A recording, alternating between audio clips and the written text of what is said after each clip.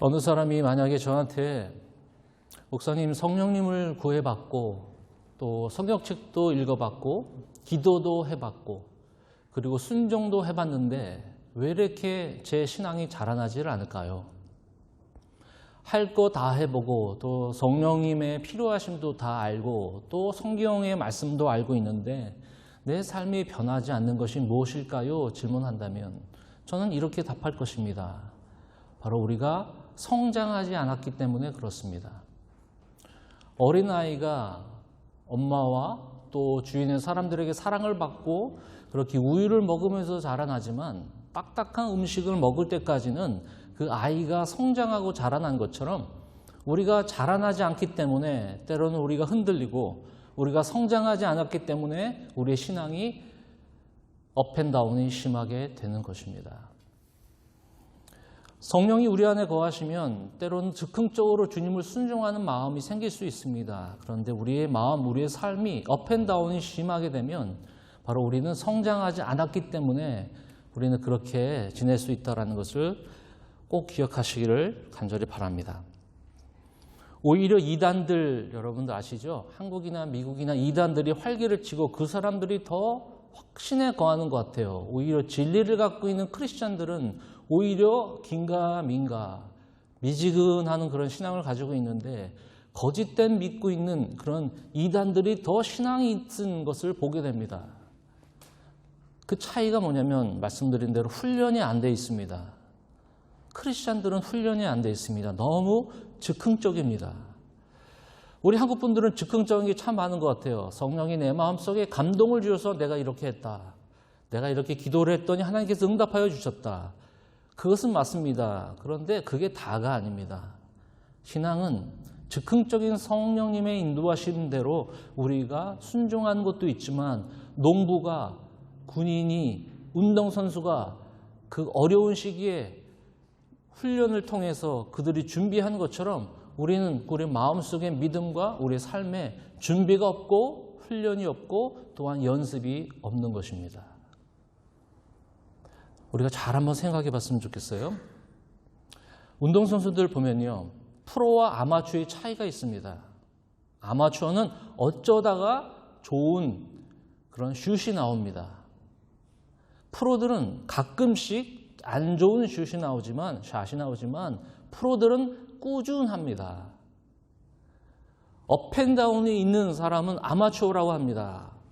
어쩌다가 한번 잘 맞는 거 그 사람을 우리는 프로라고 얘기하지 않습니다. 프로는 꾸준히 연습의 결과로 몸이 기억하고 어려울 때 긴장될 때 자기가 연습하던 대로 그런 결과가 나오기 때문에 프로와 아마추어의 차이는 훈련의 차이고 연습의 차이입니다. 우리 크리스찬들은 서두에 말씀드린 대로 너무 그 순간적인 것이 참 많이 있습니다.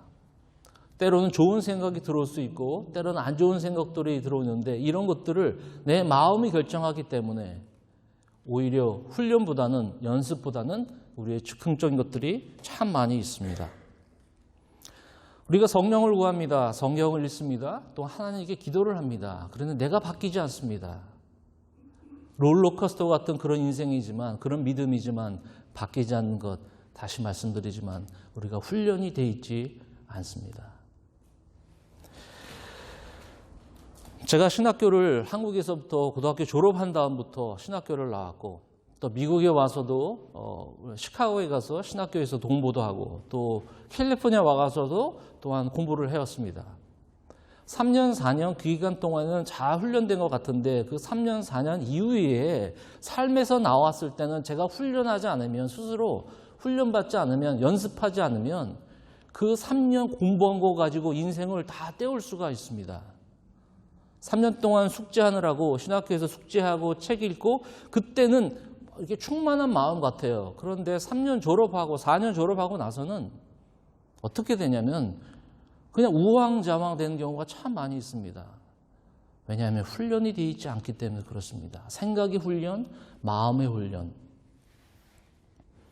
우리는 대부분 영어 표현으로 try. 그냥 한번 기도해봐. 문제가 생기면 한번 기도해봐. 그거 문제 있을 때 한번 상담 받아봐. 문제 있을 때 한번 찬양 들어봐. 이렇게 상처난 부분을 메꾸는데 신앙생활을 사용하지 절대 훈련적으로 생각을 하지 않습니다. 우리가 어려울 때, 힘들 때, 때로는 우리가 절대적으로 필요한 부분도 있지만 우리가 얼마나 우리 마음속에, 우리 신앙 속에 훈련되고 흔들리지 않고 단단하게, 굳건하게 그 반석 위에 올바로 세울 수 있는 그런 훈련이 우리에게 얼마나 있는지 저와 여러분이 다시 한번 이 오늘 아침에 주님께서 우리에게 주신 말씀을 다시 한번 귀 기울이기를 간절히 바랍니다. 그래서 우리가 훈련하는 장소가 어디냐? 신학교가 아니라 우리 훈련의 장소는 바로 우리의 마음입니다. 외부적인 훈련도 중요하죠. 근데 더 중요한 훈련은 우리 마음속의 훈련이 중요합니다. 훈련. try가 아니라 train 받는 거죠. 두 단어가 비슷하지만 차이가 있습니다. 그냥 try 하는 것이 아닙니다. 한번 시도해봐, 그렇게 해봐가 아니라 trained 받아서 마음과 생각과 몸이 train 받아서 마치 군사처럼, 마치 씨를 뿌려서 가을에 수확을 얻는 것처럼 농부처럼 운동선수가 금메달을 향해서 우리가 먹고 잠들고 쉽게 살아갈 동안 그들은 그 영광의 나를 위해서 힘쓰는 그 일, 그 기본조차 우리가 갖지 않는다면 이 세상에서 오르락 내리락 왔다 갔다 항상 좋았을 때만 생각하는데 그것에서 멈추지 않고 우리 인생이 더욱더 매일 주님 안에서 든든하게 서가는 그런 믿음의 사람들이 되기를 간절히 바랍니다. 마음이 그래서 중요합니다. 훈련은 마음에서부터 받아야 됩니다. 비행장에 가면 가장 중요한 장소가 어딘지 아십니까? 관제탑입니다. 비행기는 하루에도 몇백 대라도 이렇게 내려가고 올라가고 하잖아요. 착륙하고 이륙하고. 모든 것을 통제하는 곳이 바로 관제탑입니다. 관제탑에서 만약에 들어오고 나가는 비행기를 컨트롤을 맡는다면 사고가 나는 것이겠죠. 관제탑 같은 것이 바로 우리의 마음입니다. 우리 마음에 하루에도 몇만 가지의 생각이 계속 들어옵니다. 전화를 하든 운전을 하든 집에서 밥을 먹든 생각이 수십 번의 생각들, 좋은 생각, 안 좋은 생각, 괜찮은 생각들이 다 우리 마음속에 들어오는데 이것을 잘 컨트롤하지 않는 훈련, 컨트롤하지 않는 마음을 가지고 있다면 우리는 즉흥적이 될 수밖에 없습니다. 때로는 잘한 것, 때로는 못하는 것. 그래도 신앙에도 프로가 있어야 됩니다. 프로적인 생각으로 우리 마음이 항상 훈련되기를 간절히 바랍니다.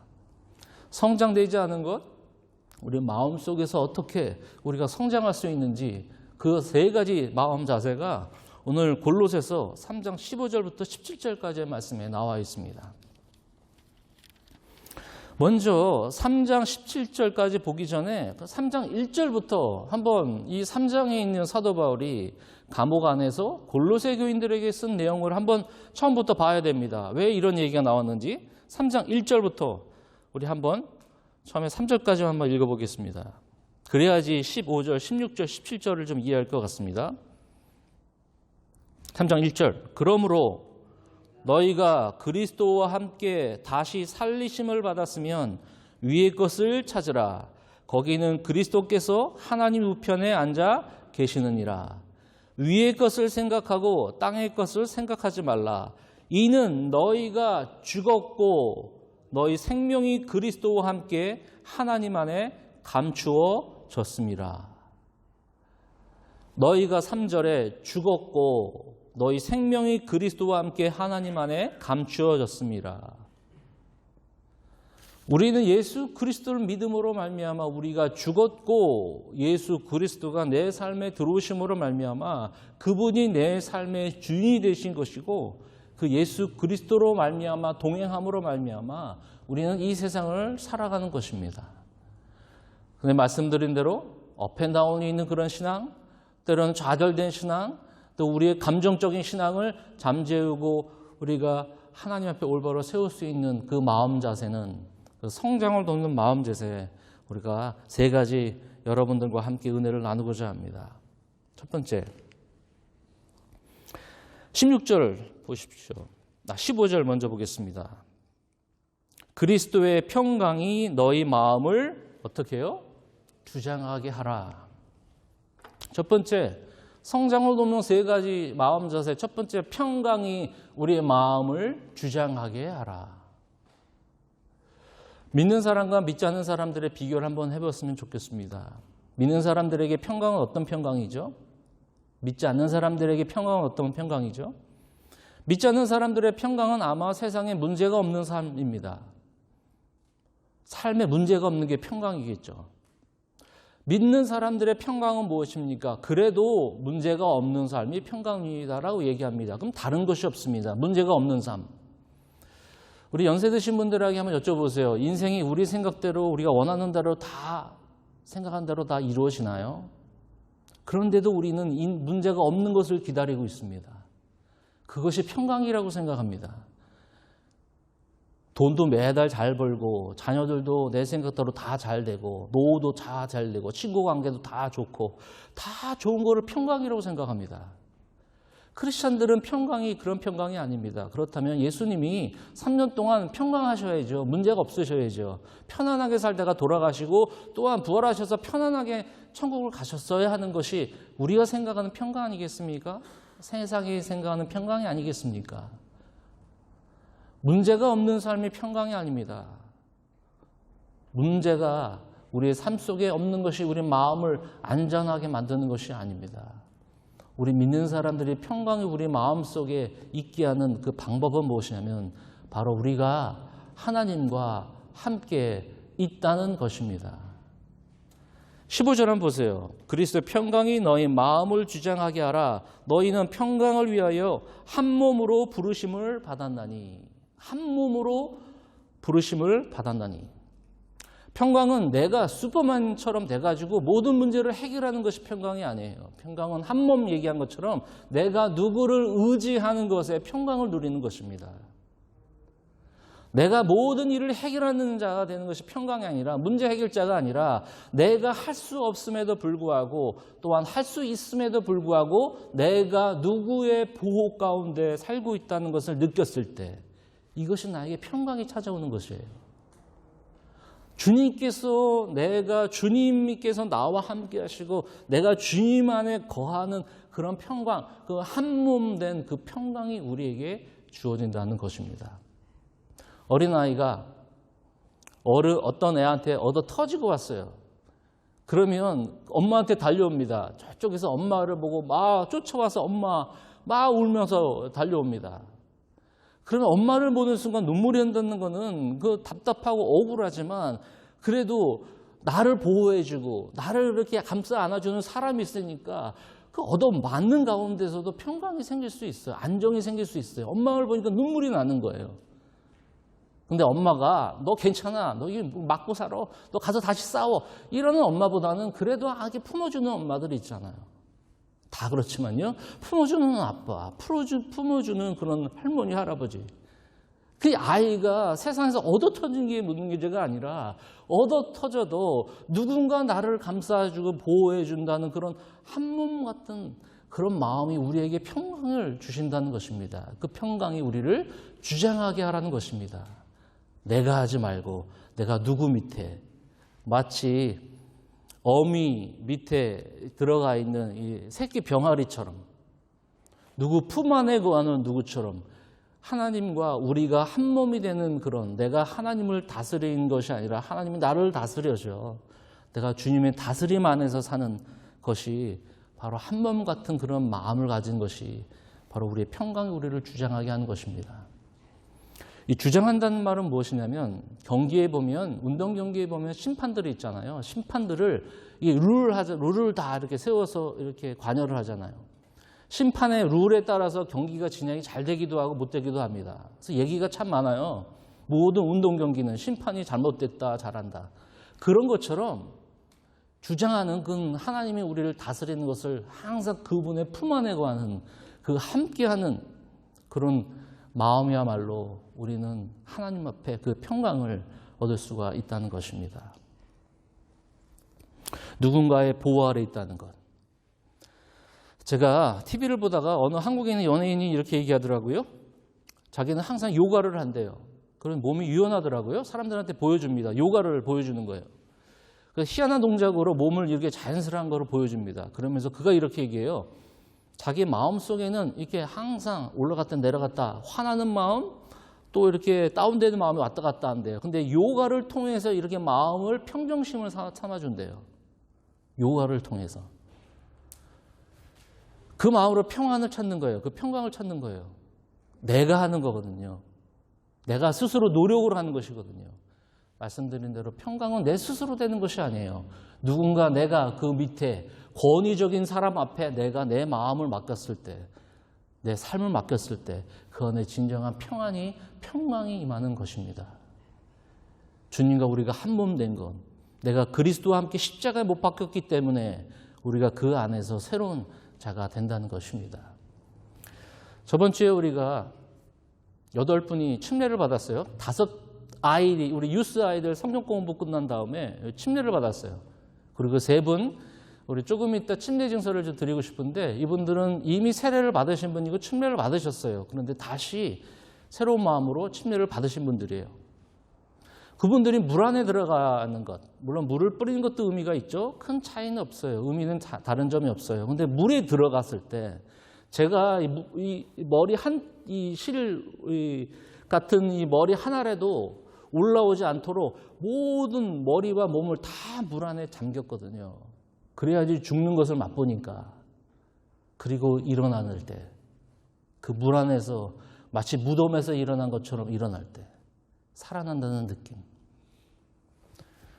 그리스도와 함께 우리는 십자가에 못 박혔나니 그리스도와 함께 동행할 때 그분이 나를 함께 하시는 그 주장할 때 우리가 한 몸이라는 것, 하나님과 내가 한 몸이라는 것, 예수님이 죽으셨지만 부활하신 것처럼 우리도 또한 주님과 함께 그함과 연합하고 그와 함께 연합하여 부활을 얻었다는 그런 감격이 우리의 삶을 또 우리 인생을 평강하게 만들어주는 것입니다.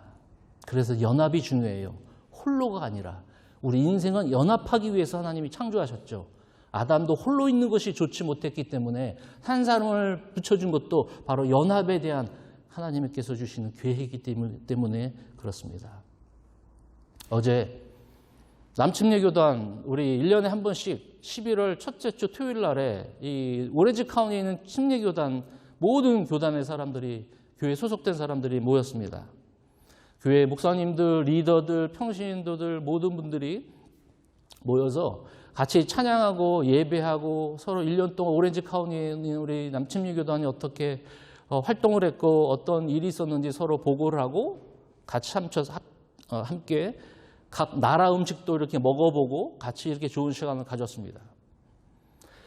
예배 끝났을 때 예배 맨 마지막 때 그 프렌드십 베프티스트 처치라고 요르바린다에 있는 한 500명 들어가는 그 예배 시설이었어요. 맨 끝에 그 교회가 흑인분들 중심으로 교회가 세워진 교회인데 다민족으로 있어요. 그런데 맨 마지막으로 예배를 끝난 다음에 그분들이 찬양한 것들을 다 같이 불렀어요. 맨 마지막 예배 끝나고 그 앞에 있는 흑인분들이 그 교회에 소속된 찬양팀이 같이 찬양을 드렸어요. 그때 불렀던 찬양이 나는 너희들이 필요합니다. 당신들이 나를 필요합니다. 우리는 한 몸이니 우리는 one body, 한 몸이니. 근데 제가 그 마음에서요. 우리는 항상 한국 분들만 보잖아요. 근데 같은 믿는 사람들과 함께 그 자리에서 당신은 우리가 필요하고 우리도 당신이 필요하고 우리는 주님 안에서 한 몸이라는 것. 이런 것이 딱 보니까요. 흑인분들이 항상 이게 우리가 참 보면 두렵잖아요. 근데 뭐 멕시칸 분도 계시고 히스패닉 계시고 타일랜드 계시고 인도네시아 계시고 일본 분 계시고 중동 분 계시고 러시아 분 계시고 이런 분들이 한 자리에서 한 몸이라는 것을 경험한 그 감정이야말로 그 생각이야말로 이것이 바로 천국이구나. 이것이 바로 하나님이 원하시는 그런 한 몸이구나라는 것을 정말 많이 느끼고 돌아왔습니다. 연합으로 우리는 평강을 주장할 수 있습니다. 저는 여러분이 필요하고요. 여러분들도 제가 필요하고 여러분들끼리도 필요합니다. 너무 나 스스로 할 수 있다라는 그런 교만한 생각을 버리십시오. 그런 평강이 있을 수가 없습니다. 내 스스로 한다는 것. 그런 나는 누군가가 필요하다는 연합이라는 그런 의미로 저와 여러분이 꼭 기억하시기를 간절히 바랍니다. 두 번째는 말씀이 스며들게 하라. 16절 한번 보세요. 그리스도의 말씀이 어디예요?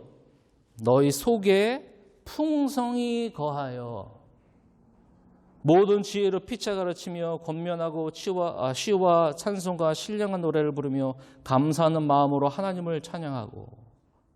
16절의 앞부분 그리스도의 말씀이 우리 안에 어떻게 해요? 풍성히 거하여. 풍성히 거하여. 성장을 돕는 데 있어서 하나님의 말씀이 우리 안에 풍성히 거하는 것, 말씀이 스며들게 하는 것. 마치 물이 파이프를 거쳐서 우리 집안에 들어오는 물이 들어오는 것처럼 하나님의 말씀이 우리 생각과 우리 마음에 들어와서 그의 말씀이 우리 안에 주장하고 그의 말씀이 우리 삶에 스며들도록 만드는 것. 이것이 바로 우리의 성장을 돕는 자세입니다. 우리 경영하시는 분들 계시면 때로는 외부에서 자문을 구해서 비싼 돈을 주고 자문을 구해요. 그래야지 건강한 지금 사업체가 있는가. 근데 거기서 가르쳐 주는 거 보면 다 뻔하대요. 기초적인 거를 자문해 준대요. 근데 왜 많은 돈을 들여서 기업체가 튼튼하기 위해서 자문을 구하냐면, 컨설턴트를 구하냐면 기본으로 돌아가기 위해서요. 대부분 우리는 다 모든 걸 잘 알아요. 근데 기본을 못해요. 훈련은 기본부터 시작돼야 되는데 기초를 세우지를 잘 못해요. 한번 우연히 어쩌다가 잘하기를 바라는 것이지 기초와 기본이 되지 않는다면 우리는 흔들릴 수밖에 없어요. 하나님 말씀은 우리 안에 스며들게 해야 돼요. 하나님의 말씀이 우리를 이끌게 해야 돼요. 우리가 하나님을 이끌어가면 안 돼요. 하나님의 말씀이 우리를 이끌게 해야 됩니다. 그래서 말씀을 규칙적으로 순서적으로 하나님 앞에 그 말씀 안에서 우리가 읽음으로 말미암아 말씀이 우리 안에 들어오기를 연습해야 합니다. 규칙적으로 순서적으로 하나님 말씀을, 그렇지 않으면 우리가 하나님 말씀을 움직이기 시작하거든요. 그 말씀이 나를 움직여야 되는데 우리가 말씀을 따라가야 되기 때문에. 조지 뮬러라는 사람 너무 많이 들어봤을 거예요. 5만 번의 기도에 응답받은 사람. 이분이 독일 분인데 거의 몇천 명의 아이들, 고아 아이들을 영국에서 고아원을 운영하면서 하나님 앞에 기도하였지 다른 사람들한테 한 번도 손을 내밀지 않았어요. 기도하였던 하나님께서 그때그때마다 다 고아원을 2,000명, 3,000명 아이들 그때 그분 때문에 부어주었어요. 조지 밀러라는 기도의 사람이 가만히 보면요. 여러분, 기도의 사람 이전에 이분은 성경의 사람이었어요. 저는 이 사람의 전기를 읽고서 많이 깨달았어요. 하나님께 일하는 사람들은 말씀과 기도로 먼저 준비되지 않는 사람은 그냥 순종하지 않는 사람이다. 그냥 한번 해보는 사람이지 인생을 사명감 갖고 사는 사람이 아니다라는 것을 느꼈습니다. 이 조지 밀러라는 사람이 그의 일기에 이렇게 썼어요. 기도 사람 전에 먼저 말씀의 사람이었더라고요. 여러분 한번 들어보세요. 어떻게 하면 영혼에 안정된 행복을 누릴 수 있을까? 어떻게 하면 하나님을 기뻐하는 법을 배울 수 있을까? 어떻게 하면 이 세상의 것을 헛되고 가치 없는 것으로 여길 수 있을 만큼 모든 것을 채우며 영혼을 만족시키는 기업을 그분 안에서 얻을 수 있을까? 나의 결론은 이렇다. 이러한 행복은 성경 읽기와 연구를 통해 얻어야 한다. 하나님은 성경 속에서 예수 그리스도의 얼굴로 우리에게 자신을 계시하셨다. 이분이 회심 후 4년 동안 전혀 발전이 없었는데 성경을 소홀히 했다가 그가 규칙적으로 성경을 읽고 처음부터 순서대로 하나님의 운행하는 대로 자기 자신을 맡기는 그 가운데서 살았더니 이 일기를 썼을 이후에 41년, 그가 죽었던 그 이후에 27년 동안 하나님의 말씀으로 사로잡혀서 그가 이끄심을 당한 것을 경험했다는 것입니다. 그의 사명감도 시편을 읽다가 그 시편 속에서 감동을 얻고 그의 사명을 하나님께 드렸다는 것이죠. 말씀드린 대로 군사와 씨 뿌리는 농부와 또한 운동선수는 끊임없이 아침에 씨를 뿌리고 훈련에 참석하였을 때 저녁에 또한 가을에 기쁨으로 단을 얻는 것처럼 추수를 얻는 것처럼 주의 말씀이 항상 우리 안에 들어옴으로 말미암아 그 말씀이 항상 그 말씀이 나를 움직이고 나를 운행하는 그런 믿음이 우리에게 있어야지 우리는 성장할 수 있는 것이고 우리 마음이 하나님 앞에 튼튼과 이 세상 속에서 튼튼하게 지낼 수 있습니다. 말씀 묵상하는 어느 분의 간증을 제가 읽어본 적이 있습니다. 이분이 한 1, 2년 동안 하나님 말씀을 꾸준히 규칙적으로 또 꾸준히 읽은 사람이었습니다. 간증이에요. 자기가 어느 날 말씀을 그 정해진 시간에 말씀을 읽는데 자기 아기면 좀 이렇게 7, 8살 그러겠죠. 자기를 부르더래요. 엄마 나 이거 필요한 거 줘. 그러더니 이 엄마가 자기가 이게 쓴 거예요. 엄마가 얘기한 거예요. 잠깐 나는 그래도 선약이 있어. 제 아이한테 그랬대요. 나 선약이 있어. 내가 먼저 해야 될 게 있어. 내가 하나님 앞에 먼저 이 드리는 시간이 있어. 저는 여러분들에게 얘기하고 싶어요. 그 믿음 안에서 자란 아이는 하나님께서 그 인생을 분명히 책임져 주십니다.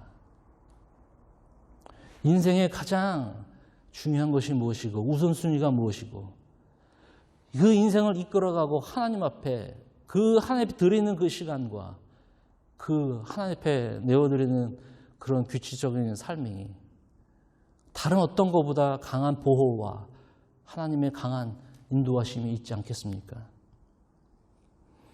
순서적으로 규칙적으로 하나님 앞에 시간을 들이십시오. 예수님께서 그의 시간에 맞춰서 바쁨에도 불구하고 그가 새벽 미명의 아침에 하나님 앞에 나와 기도하는 것. 3년 동안 제자들에게 수업 그 클래스룸 그 방도 없이 3년 동안 매일 그들과 잠자고 들판에서 이야기하고 어디 들어가서 같이 먹으면서 그들에게 가르쳤거든요. 3년은 어디서 가르쳤습니까? 삶에서 가르쳤습니다. 삶에서요. 우리나라 교회와 기독교, 미국의 기독교, 유럽의 기독교 하나님의 말씀을 얼마나 우리들에게 주셨던 이 말씀을 내가 얼마나 가까이 했으며 자녀들에게 얼마나 가까이 했습니까?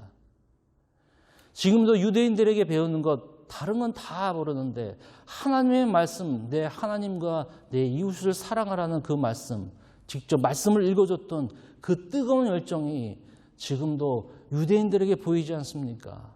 그런데 어디서 우리는 성공을 찾습니까? 어디서 보호를 찾습니까? 규칙적으로, 순서적으로 여러분의 삶을 들으십시오. 그 말씀이 우리 여러분의 마음, 내 마음을 주장하도록요. 마지막 세 번째, 16절 맨 후반절 보세요. 16절의 후반 부분.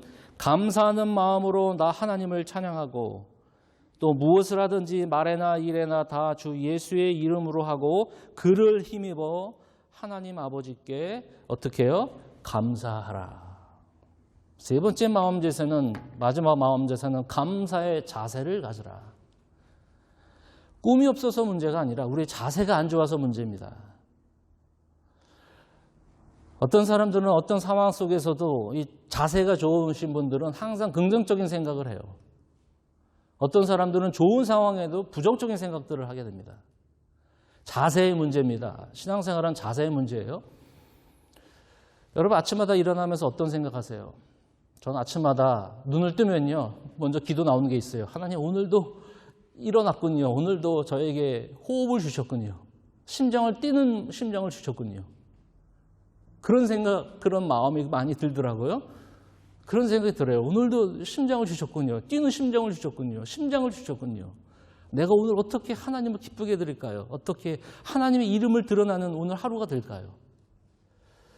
그러면서 제 마음속에 생각하는 게 있어요. 내가 오늘 안 좋은 일이 있고 급한 일이 있고 중요한 일이 있지만 내가 마음의 결정을 하는 거예요. 나는 오늘 하루 하나님께 감사하는 결정을 하는 것입니다. 작은 것에 감사, 나에게 주신 것에 감사, 그리고 미리 하나님 앞에 감사하는 그런 자세, 삶의 자세. 제가 아시는 어느 집사님이 저희 교인이 아니에요. 저는 설교 시간에 저희 교인들 얘기 절대로 안 합니다. 제가 아는 집사님이 계세요. 잘 사시는 분이세요. 근데 항상 얼굴이 어두워요. 그래서 제가 물어봤어요. 왜 어두워요? 했더니 그분이 이렇게 얘기해요. 제 주위 동네에 있는 제 아이 친구의 부모님이 좋은 차를 샀대요. 그게 너무 마음에 그거예요. 자기 차는 지금 별로 안 좋은데. 그분도 잘 사는데 제가 보기에는. 근데 그 새로 차를 사신 분이 나중에 또 얘기할 기회가 있대요. 자기가. 근데 이분은 다른 사람을 부러워한대요. 그 동네에 그 남편이 돈을 그렇게 잘 번대요. 그 남편이 있는 그 집이 또 부럽대요. 이 사람은 차 있어서 부럽고 이 사람은 남편이 돈 있어서 부럽고. 근데 이거 아세요? 이 남편이 돈 잘 버신 분은요, 처음에 차 없어서 괴로웠던 그 사람을 또 부러워한대요. 왜냐하면 거기 자녀들이 성공하고 잘 지낸다고. 그러니까 서로 부러워하면서 지내는 거예요. 다 잘 사는데. 꼬리에 꼬리를 물어서 부러운 거예요. 다 부러운 거. 거기에 감사가 있지 않거든요. 있어야지 감사한다는 거예요. 내가 풍족하게 있어야지 감사해요.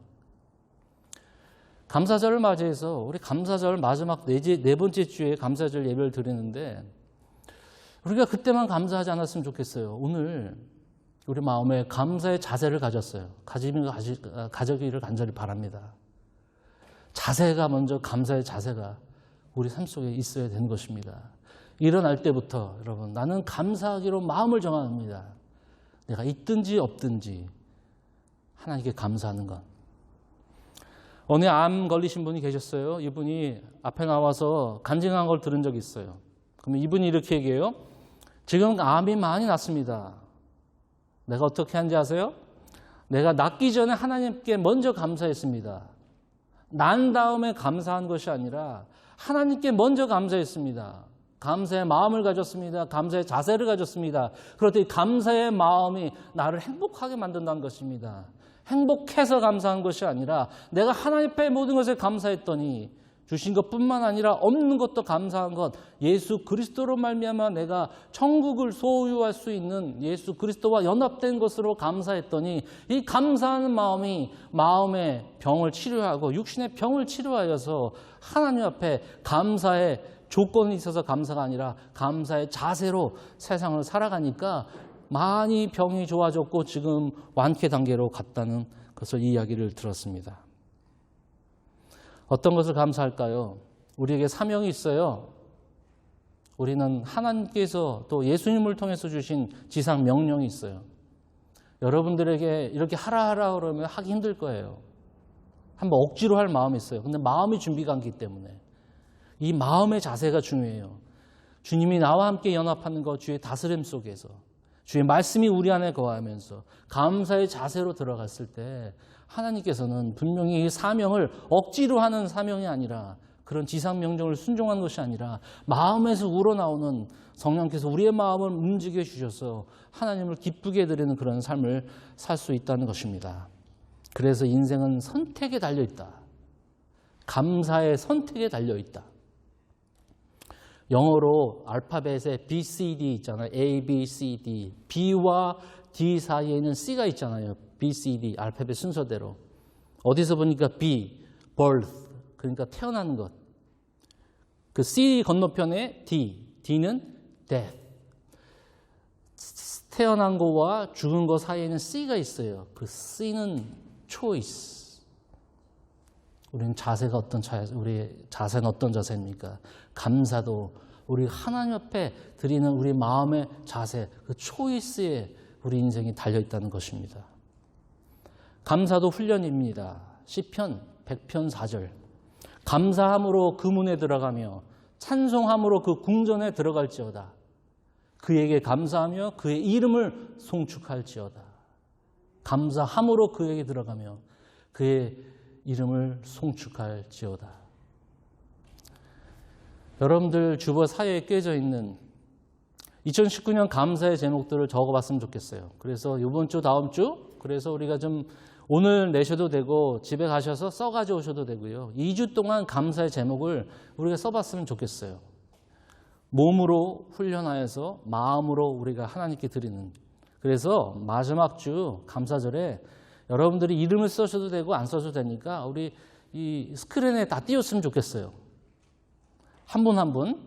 그래서 어떤 게 감사한지, 어떤 것이 더욱더 하나님의 은혜를 받았는지 그런 것들을 이름 쓰셔도 되고 안 쓰셔도 되고 헌금함에 넣어주시고 가져가셨다가 다음 주에 또 넣으셔도 되고 그래서 그 감사절을 우리 모든 성도님들이 함께 감사를 나눌 수 있는 그런 감사절, 추수감사절 예배를 드렸으면 좋겠습니다. 이 시간 하나님 은혜 가운데 지금까지 왔다면 다시 한번 그 은혜로 살기를 원한다면 마음을 다스려 하나님 앞에 연습하여 또 훈련하여 더욱더 강건하여서 흔들리지 않는 그런 굳건한 믿음의 삶을 사셔서 승리하시는 저희 모두가 되기를 주님의 이름으로 간절히 축원을 드립니다. 아멘. 기도하겠습니다.